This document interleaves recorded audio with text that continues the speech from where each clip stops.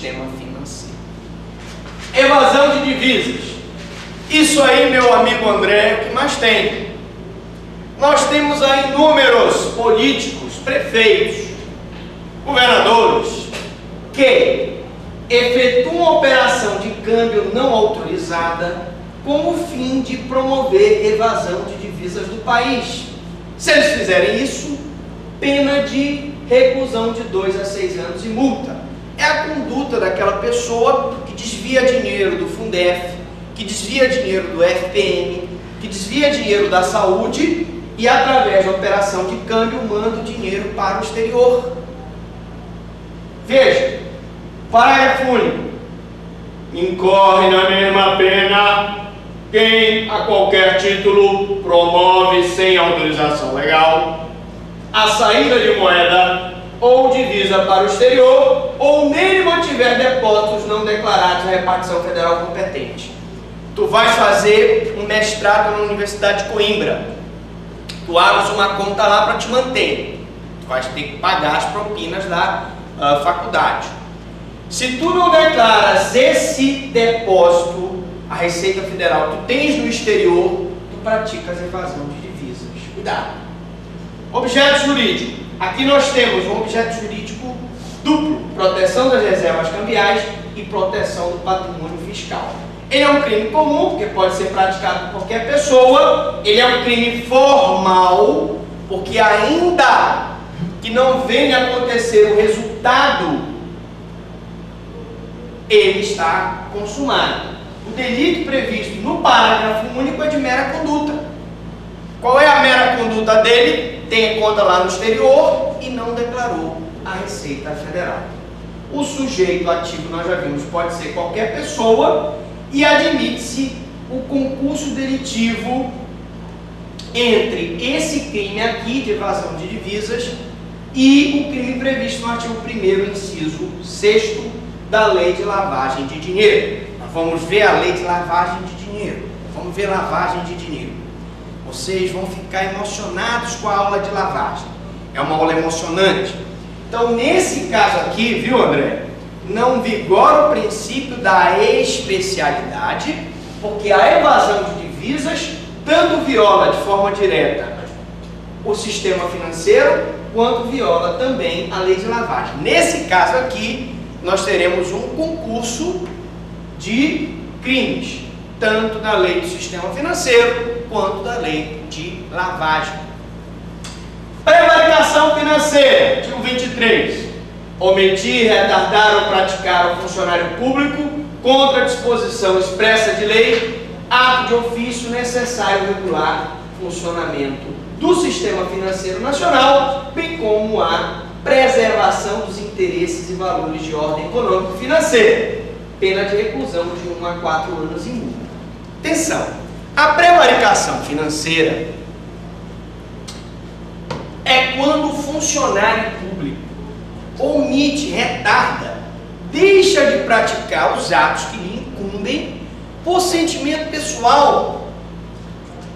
Imagina que um funcionário público, ele está na condição de liquidante de uma instituição financeira, mas a instituição financeira tem laços familiares com ele, e ele, por esses laços familiares de afeto, ele acaba deixando de praticar determinados atos como liquidante.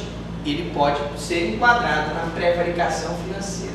A prevaricação financeira, ela é uma espécie de prevaricação especial se nós considerarmos a prevaricação do Código Penal, que é crime contra a administração pública. Muito bem. Só que quando ela se refere ao sistema financeiro, vamos enquadrá-la como crime contra o sistema financeiro. Professora, a licitação fraudulenta? Não, a licitação fraudulenta vai ter uma lei própria, crimes contra a licitação, que nós vamos enquadrar lá, ok? Esse crime aqui, já vimos que é uma modalidade especial do crime de prevaricação. O artigo 319 do CP difere, então, do artigo 319 do CP, que é o crime de prevaricação, pois não se faz necessário que o sujeito objetive satisfazer o interesse ou sentimento pessoal. Nesse crime aqui, ao contrário da prevaricação do Código Penal, não há necessidade do interesse pessoal. A classificação desse delito é um delito de mera conduta, que se ele deixar de praticar o ato, olha só, se ele, no momento em que um funcionário público pratica o ato que a lei não permite, ou de forma omissiva, deixa de exaurir o prazo legal para praticar o ato. Ou ele pratica o ato de forma que a lei não permite, ou ele deveria praticar o ato no prazo de 10 dias, deixa passar o prazo de 10 dias e não pratica o ato. Beleza? Sujeito ativo e delação premiada. Meus amigos, nós vimos que nesses crimes existem sujeitos ativos, comuns e próprios. Os crimes serão próprios, o sujeito ativo será próprio, quando a lei exigir uma qualificação especial. Geralmente a lei vai exigir que o crime seja praticado pelo administrador, diretor, gerente, etc. Aqui adota-se a teoria da ficção, viu, André? Questão da pessoa jurídica. Olha aqui. Somente nós vamos tipificar condutas criminosas para as pessoas físicas que cumprirão penas privativas de liberdade. Mas a pessoa jurídica não fica isenta da pena. Nesse caso do crime contra o sistema financeiro, é possível que a pessoa jurídica sofra uma pena restritiva de direito. Qual é, professor? Seria a interdição de suas atividades. A instituição financeira pode ficar impedida de operar no mercado enquanto ela estiver sobre aquela intervenção, sobre aquela liquidação. Só pode ser denunciado como autor do delito o administrador, ou o diretor, ou o gerente que tenha poder de paralisar a prática do ato. Foi aquilo que nós conversamos, que tu não vais responsabilizar um faxineiro por crime contra o sistema financeiro, tu não vais responsabilizar um auxiliar administrativo se ele não tem poder de paralisar a prática do ato. Somente tu podes responsabilizar por crime contra o sistema financeiro quem tem poder de decisão. Outra coisa, o parágrafo 1º equipara aos administradores de instituição financeira o interventor, o liquidante e o síndico. Síndico, vocês já sabem, leia-se administrador judicial. Na delação premiada, o coautor partícipe que, através de confissão espontânea, revelar autoridade, policial ou judicial, toda a trama delituosa terá uma diminuição da sua pena de 1/3 a 2/3. Atenção, que essa delação premiada é o caso em que nós tivemos um crime praticado por um conjunto de pessoas e um dos coautores ou partícipes disse: olha, eu pratiquei a conduta, mas eu quero ser beneficiado pela delação premiada. Eu vou dizer quem praticou também, como é que foi feita. Se ele colaborar com a polícia, ele vai ter uma redução da pena. Ação penal, competência e assistência. Em relação à ação penal, você que está assistindo essa aula já deve ter visto. As ações penais dessa lei são públicas incondicionadas. Ou seja, o Ministério Público, para mover a ação penal, não precisa da representação do ofendido. Mas aí tu vai me perguntar, Sandra, mas professor, e se o promotor de justiça não for oferecer a denúncia no prazo legal?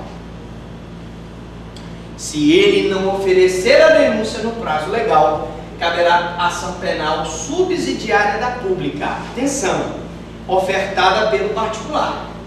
Qual é a competência desses crimes contra o sistema financeiro? Competência para processo e julgamento dos crimes financeiros é a Justiça Federal. Por quê? Porque esses crimes financeiros, eles violam bens e interesses da União.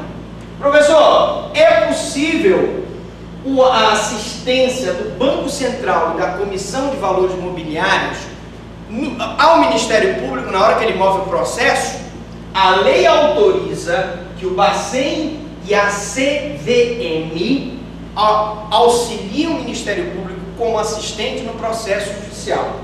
Contudo, é preciso ressaltar que existem decisões doutrinárias e até jurisprudenciais que alegam a inconstitucionalidade do Bacen e do ACVM ajudar o MP no processo de ação penal como um assistente. Eu, particularmente, acho que toda ajuda que o Ministério Público tiver na elucidação do crime contra o sistema financeiro é válida. Se eu tenho o Banco Central me ajudando, se eu tenho a Comissão de Valores Mobiliários me ajudando como assistente, eu, como promotor de justiça, não posso me furtar a receber essa ajuda que para mim é super valiosa.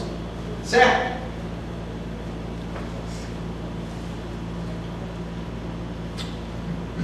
Deu para entender aqui, né? Quando a ação penal não for ofertada no prazo legal, cabe a ação penal privada subsidiária.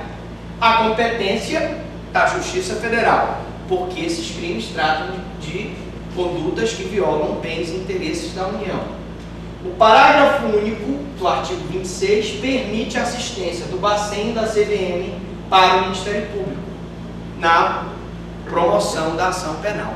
Contudo, existem decisões doutrinárias e jurisprudenciais que dizem que essa situação é inconstitucional. Omissão de denúncia e denúncia coletiva.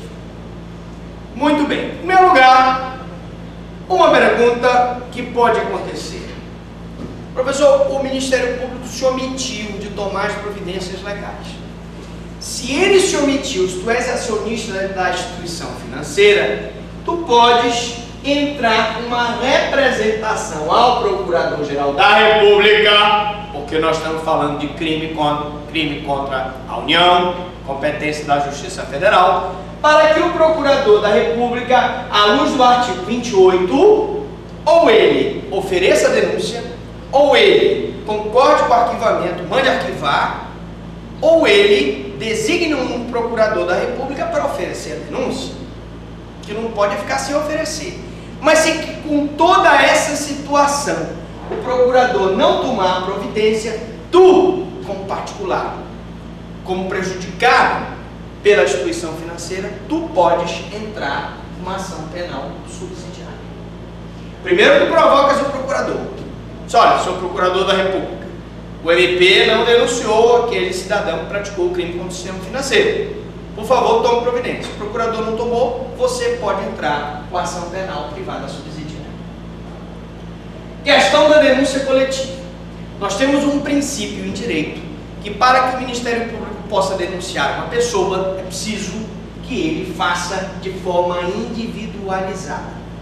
Existe jurisprudência permitindo que o MP denuncie todos os réus de crime contra o sistema financeiro sem individualizar sua participação na conduta criminosa. Porque o crime contra o sistema financeiro é um crime extremamente complexo. Mas ressalto que o Supremo entende que tem que apontar a vinculação do agente por fato criminoso. Ele tem que dizer por que o fulano está sendo denunciado. O que o fulano praticou? Contabilidade paralela? Ele praticou uma gestão temerária? Ele praticou uma omissão de informação? Eu tenho que dizer por que ele está sendo denunciado. Eu acho justo. Que não pode a pessoa ser denunciada, tu não individualiza a conduta dela, tu não diz por que ela está arrolada no meio dos réus e nem relaciona ela com um fato criminoso. Tens que relacionar a conduta daquela pessoa com um fato criminoso. Afinal de contas, qual foi a conduta ilícita que ela praticou? Foi contabilidade paralela? Foi omissão de informação? O que foi? Você tem que dizer. Quebra o sigilo bancário pelo